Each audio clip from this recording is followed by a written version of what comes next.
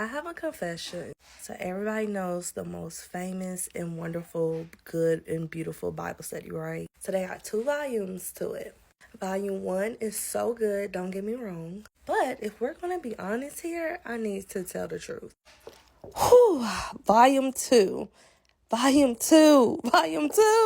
When I'm looking through the stories, and I'm like, dang, they really came hard with Volume 2. Now, I will say this because I want to say a disclaimer. Nobody warned me. Nobody told me how good Volume 2 was going to be.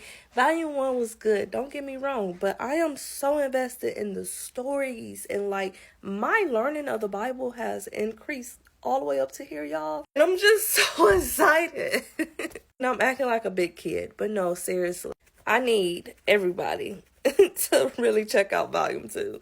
Just look at all the good stuff that they got in this one. Like, oh. And I don't know why I'm so excited about it, but like so giddy. But just learning about God lately has just been my number one thing, and I just love it. Yes, Volume 2 is a steal.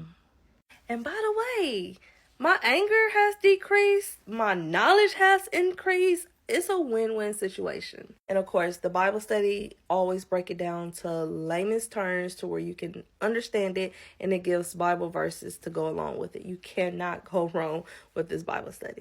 By the way, Volume 2 wins. Not win, but it's really good.